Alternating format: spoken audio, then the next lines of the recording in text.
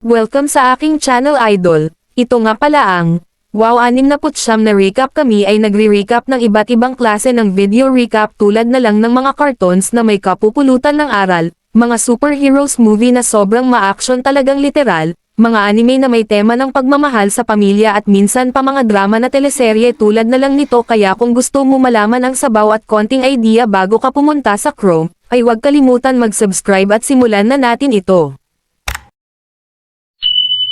Nagsimula ang ating kwento, nang may isang mahiwagang libro ang biglang nagliwanag at naglabas ito ng kakaibang vortex. Si Direth, ang ating bida, ay hinigop ng vortex pero buo pa din ang kanyang loob.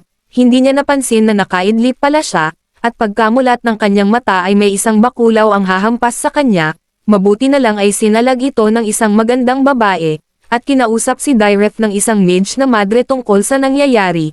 Pero di niya napigilan na ito ay tuluan ng kanyang malapot na gatas. Ang mage na madre ay tinikman ang gatas at ilang saglit lang ay nagliwanag siya sa sobrang sarap. Bigla itong nag-init at naging ganado makipaglaban. Ang mage na madre ay nagpakawala ng isang pangmalakasan na firepower at tinasta ang mga bakulaw na ogre. Sa sobrang lakas nito ay tumagos pa sa kanilang lungga at saka sumabog.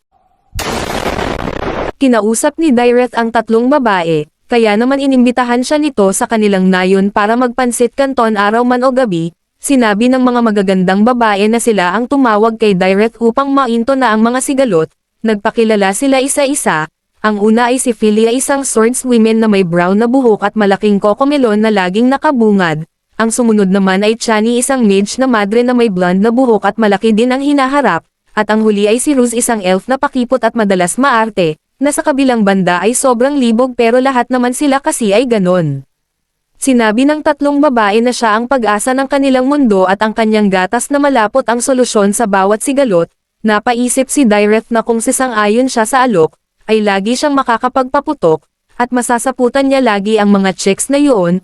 Kinagabihan, nang magsimula na silang magyugyugan at ang tunog ng mga papag ay naglalangit-ngit, isang magandang tunog na pumukaw sa atensyon ni Natalia. Kinabukasan ay nagbunga na ang resulta ng kanilang ensayo. Ang firepower ni Chani ay kaya ng batasin ang isang bundok tagus-tagusan. Bumilis na din ang galaw ni Philia at hinati niya ang malaking tipak ng bato na parang mantikliya.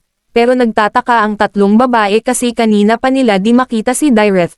Ito ay nag-iwan ng isang sulat na may gagawin siyang mahalaga sa araw na ito, at yun pala ay may inasikaso ito na kakaibang misyon, dahil tinulungan pala niya na maglaba si Natalia. Kasi naiipit na naman ito sa kanyang washing machine.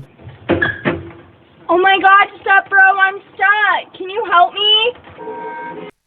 Napagkasunduan nila na pumunta sa kapital, habang sila ay nag-aalmusal, ay nabanggit nila na may dapat gawin ang bawat isa.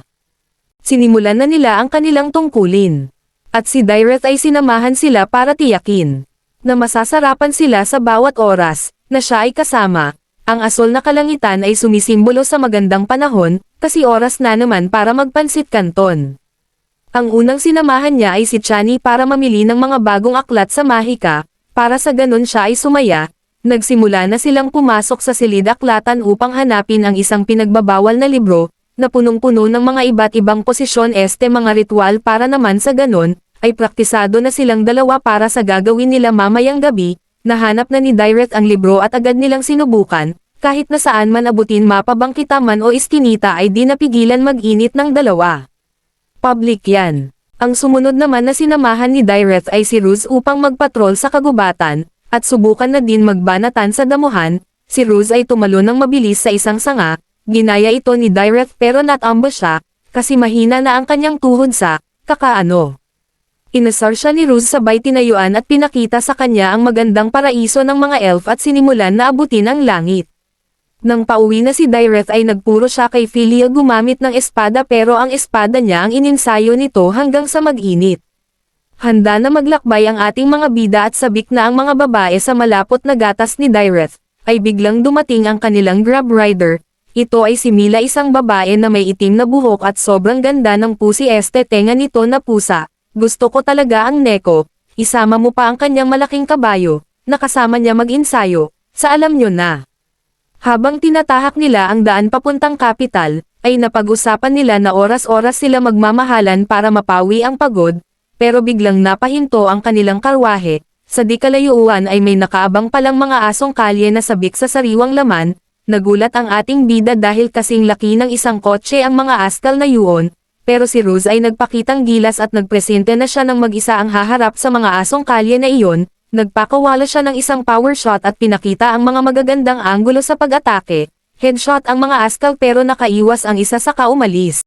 Kinagabihan na at nababahala si Rose sa kanyang kakayahan sapagkat di na siya ganun kaasintado. Isang senyales lang na kailangan niya na ng gatas na malapot. Si Direth ay kumain ng madami para may lakas siya mamaya, saka nagtayo na sila ng matibay na tent na kayang tumagal sa mga maugang labanan, kaya naman naghanda na ang tatlong babae at magpapansit kanton na naman sila magdamag. Pumila na ang tatlong babae at nagsimula na ang kasayahan nila, bawat isa ay sabik talaga, habang sa labas ay nakikinig si Mila at di naiwasan magsarili. Napalabas saglit si Direth, at nakita niya ang nag-iinit na si Mila kaya naman hinawakan niya ito sa kamay. Sabay binigyan din niya ito, hanggang sa manglambot ang tuhod. Nagpatuloy na sila sa pagbiyahe at sobrang laki ng mga melon na kanilang baon, pero ilang saglit lang ay tinambangan sila ng mga grupo ng ogre at kasama na ang mga asong kalye na sabik sa laman.